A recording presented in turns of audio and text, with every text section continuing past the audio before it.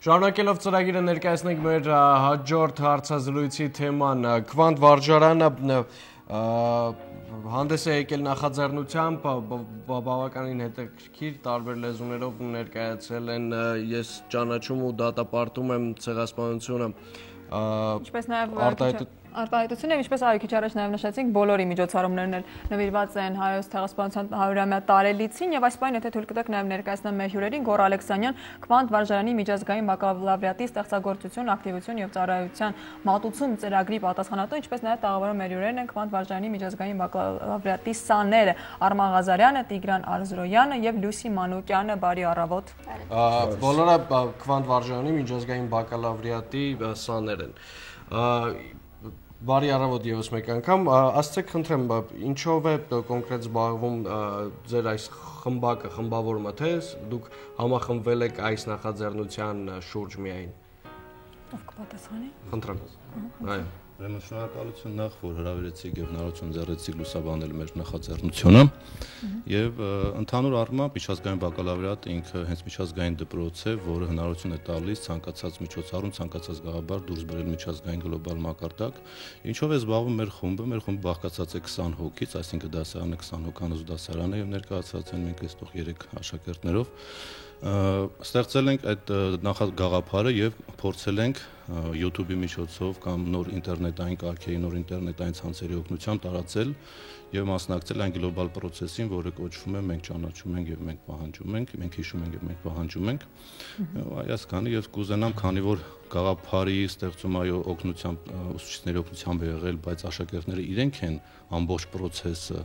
իրականացրել եւ հասցրել վերջնանպատակին, այդ իրականացման ամբողջ քայլերը ցանկալի կլինի, որ աշակերտները իրենք ներկայացնեն, ես ավելի շուտ։ Խնդրեմ Տիգրան։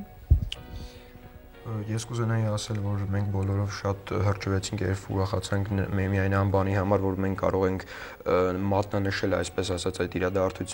իրադարձությունը եւ շատ կուզենայի ասել, որ մենք մեծ երանդով,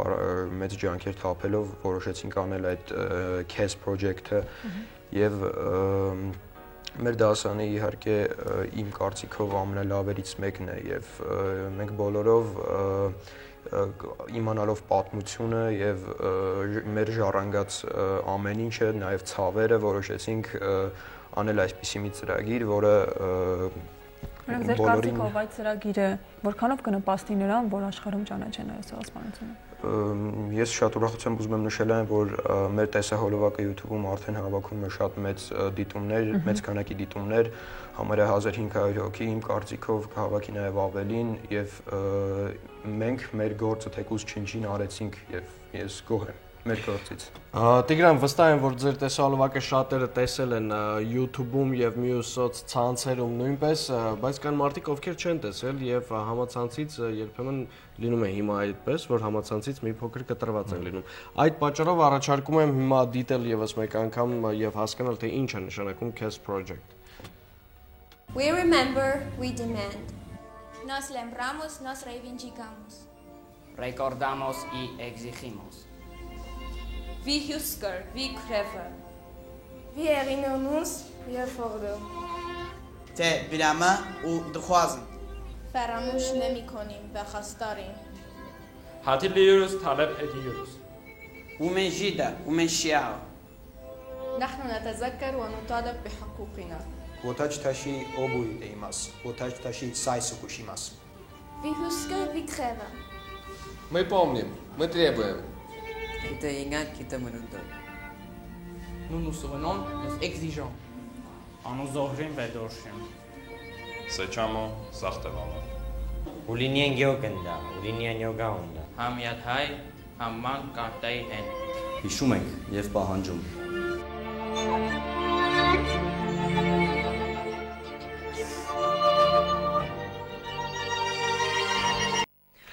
Այս տեսահոլովակը բավականին հաճախ կարող եք տեսնել սոցցանցի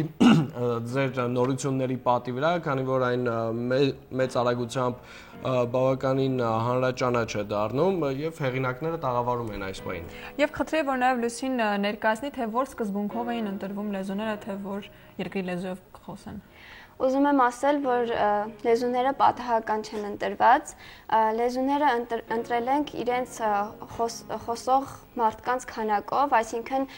ուզում էինք ընտրել այնպիսի լեզուներ, որ աշխարհում շատ ճանաչված կլինեն եւ տարբեր ազգեր կխոսեն այդ լեզուներով։ Ընտրել ենք ֆրանսերեն, իսպաներեն, պորտուգալերեն, արաբերեն, այսինքն այն բոլոր լեզուները, որոնք լայն տարածում ունեն, որոնցով միլիոնավոր մարդիկ խոսում են աշխարհում։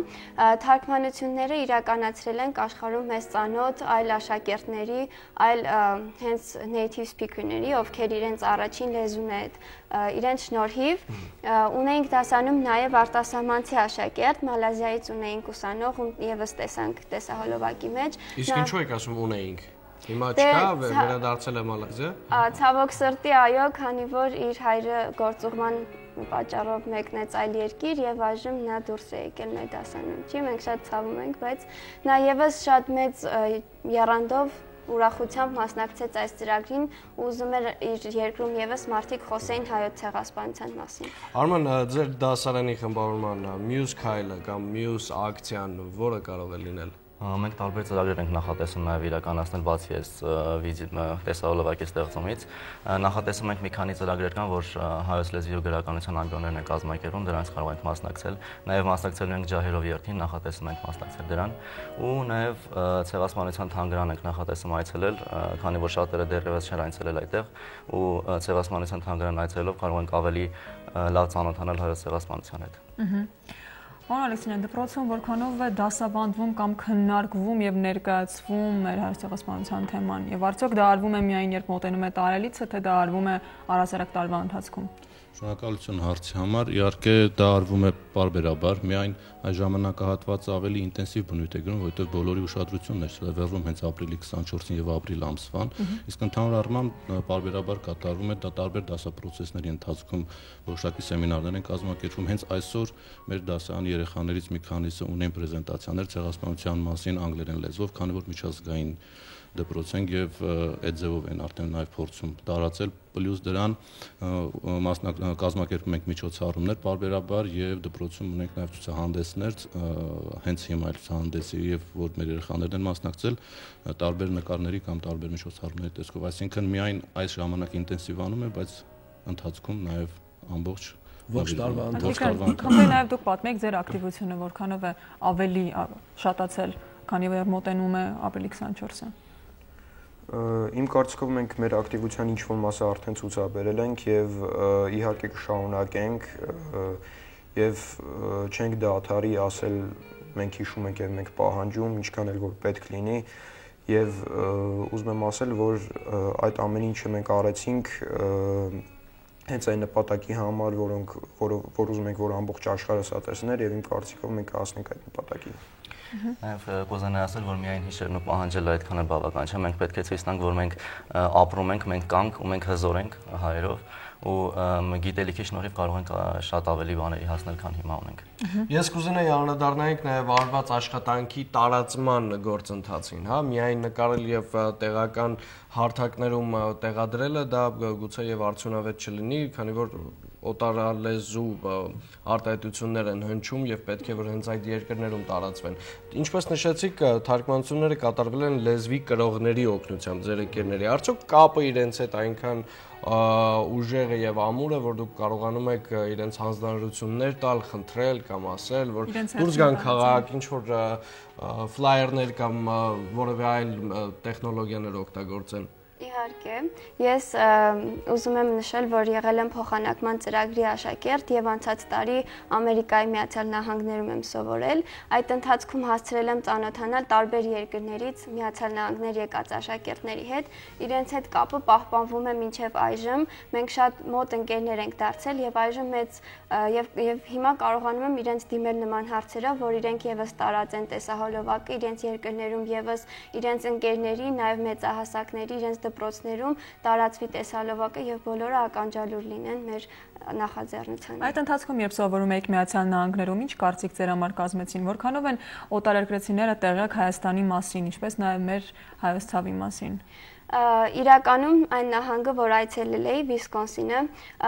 այնքան էլ բնակեցված չէ հայերով, հայերի մասին այնքան էլ տեղեկացված չէին այն քաղաքում, որտեղ ես էի ապրում։ Այդ պատճառով ես բազմիցս կազմակերպեցի պրեզենտացիաներ, ներկայացումներ Հայաստանի հայ մշակույթի մասին, ներկայացրեցի մեր պարը, երգը, մշակույթը, արվեստը, պատմությունը։ Այդ ընթացքում հայերի մասին կազմեցին շատ լավ կարծիք, քանի որ իրենք էլ տեսան ինչքան շփվող ազգ ենք մենք, ինչքան մեծ հարուստ մշակույթ ունենք, եւ իրենք էլ սկսեցին արդեն հետաքրքրություն ցուցաբերել, իրենք եւս գալիս էին հարցնում էին, օրինակ, այս ինչպես է լինում Հայաստանում, այսինչ տոնը ոնց եք նշում Հայաստանում, ու այս շատ հետաքրքիր ու շատ ուրախացնող, թե ինչքան մարդիկ ուզում էին իմանալ այնպիսի երկրի մասին, որի մասին չէին լսել նախկինում։ Հետաքրքիր է, չէ՞, մեր երկրում էլ կամբոջացիներ չեն ապրում, բայց մենք Կամբոջայի տեղը գիտենք եւ գիտենք թե ովքեր են։ Որն է պատճառը, որ օրինակի համար Վիսկոնսինում հայեր չկան եւ հայերի մասին կամ Հայաստանի մասին որևէ բան չգիտեն։ Ինձ թվում է մեր հայ երիտասարդությունը պետք է շատ հետաքրքրվի այդ հարցով եւ կարևորն այն է, որ մենք հասկանանք մեր նպատակը, ինչու ենք մենք ուզում մեր մասին լսեն, ինչու ենք ուզում, որ տարբեր ազգեր իմանան մեր պատմությունը եւ հենց այդ գիտակցությունը ունենանք, կկարողանանք ավելի մեծ տարածում ցուցաբերել հայերի մշակույթի տարբեր երկրներում, տարբեր ազգերի մոտ։ Քիչ առաջ Արմանը շատ խելացի մի միտք արտահայտեց, միայն հիշել եւ պահանջելը բավական չէ, մենք նաեւ պետք է կարողանանք ապացուցել, որ կարող ենք անել ամենին, քան անում ենք։ Եվ եթե ավակ սերնդի ներկայացուցիչները, ովքեր միգուցե նաև ցավոք սրտի ականատեսն են եղել այդ մեծ եղեռնի, կարող են միայն հիշել եւ պահանջել, սակայն երիտասարդները, ովքեր դուք եք, ինչ-որ չափով նաև մենք էլ ունենք հնարավորություն նաև գործելու եւ անելու ինչ-որ քայլեր։ Ձեզանից յուրաքանչյուրը ինչ է ցանկանում անել, ոչ թե նրա համար, որ ճանաչվի ամբողջ աշխարհում ցեղասպանությունը, այլ առհասարակ ձեր ոլորտներում ինչի եք ուզում հասնել, որը կնպաստի նաև մեր ազգի զարգացմանը։ Կարծում եմ մենք, քանի որ սովորում ենք միջազգային բակալավրիատ ծրագրում, մենք հնարավորություն ունենք մեր ուսումը շարունակելու արտերկրում, կարող ենք մեր ուսումը շարունակել արտերկրում եւ գալ Հայաստան, վերադառնալ Հայաստան ու նպաստել մեր երկրի զարգացմանը։ Ինչպեսին դուք կուզենաք տեսնել ձեր երկիրը առաջիկայում, Տիգրան։ Ինչը կցանկանայիք փոխել այսօր։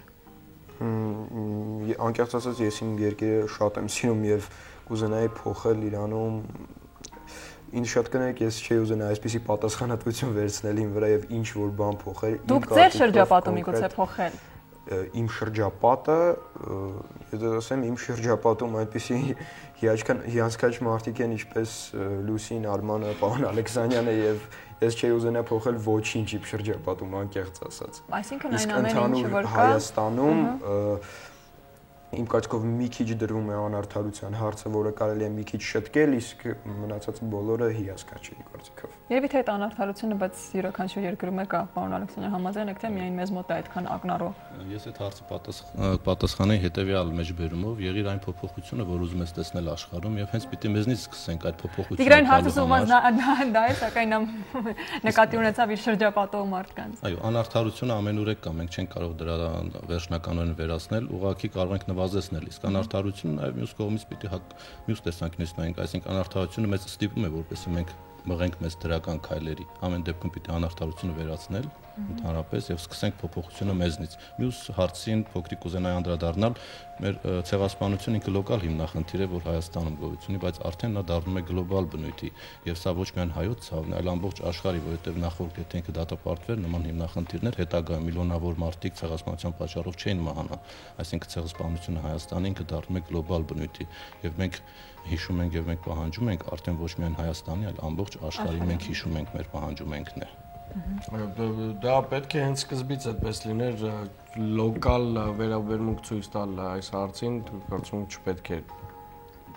սկսվեր եւ լոկալից ինքը արդեն դարձավ գլոբալ բնույթ է, ինքը միշտ պետք է միշտ պիտի լինի։ Նաև եւս մեկ անգամ անդրադառնանք նրան, որ դուք միջազգային բակալավրիատի սաներ եք։ Ինչ հեռանկարներ ունեք։ Միգուցե կցանկանաք օրինակ գնալ արտերկրում սովորել եւ ինչու ոչ նաև արտերկրում ծանոթանալով օտարերկրացի հասակակիցների հետ հրավիրել նրանց Հայաստան եւ ինչ որ մի բան էլ փորձեր կրթել իրենց այստեղ Հայաստանում են մշակույթից մի մասնիկ տալ, մեր պատմությունից։ Լավագույն ճանաչումը հենց այդ փորձի փոխանակման միջոցով է լինում։ Լուսի։ Իհարկե, միջազգային բակալավրիատում չենք սովորում միայն գալ այստեղ ասելու համար, որ տեսեք, մենք միջազգային բակալավրիատում ենք սովորում ենք, որպեսզի կարողանանք միջազգային տարբեր երկրներից փորձ ձեռք բերել եւ այդ փորձը կիրառել Հայաստանում մեր երկիրը զարգացնելու, ավելի լավը դարձնելու համար։ Քանի որ զարգանալու տեղ միշտ էլ կա, ինչքան էլ ուզում է մի բանը լավ լինի, միշտ էլ կարող ես ավելացնել, ավելի գեղեցկացնել, ավելի լավը դարձնել։ Եվ ես շատ եմ ուզում, որ մեր երկիրը անընդհատ զարգանա, միշտ։ Ռոզանից յուրաքանչյուրը ընտրել է իր մասնագիտությունը։ Այո։ Կներկայացնեք։ Բիզնես կառավարում եմ ուզում շարունակել։ Ահա, Լուսի բժշկություն։ Տիգրան։ Բանկային գործ եւ ռիսկեր։ Մեզ հիանալի փայլուն ապագա է սպասում մեր հայրենիքում, ես համոզված եմ, դրա վառապացույցը այսօրվա մեր սաներն էին։ Շնորհակալություն, որ եկաք, շնորհակալություն ձեր նախաձեռնության համար, բավական խիզախ եւ հետաքրքիր, հուսամ մյուսներն էլ կտարբերվեն իրենց մեսեջներով եւ յուրահատկությամբ։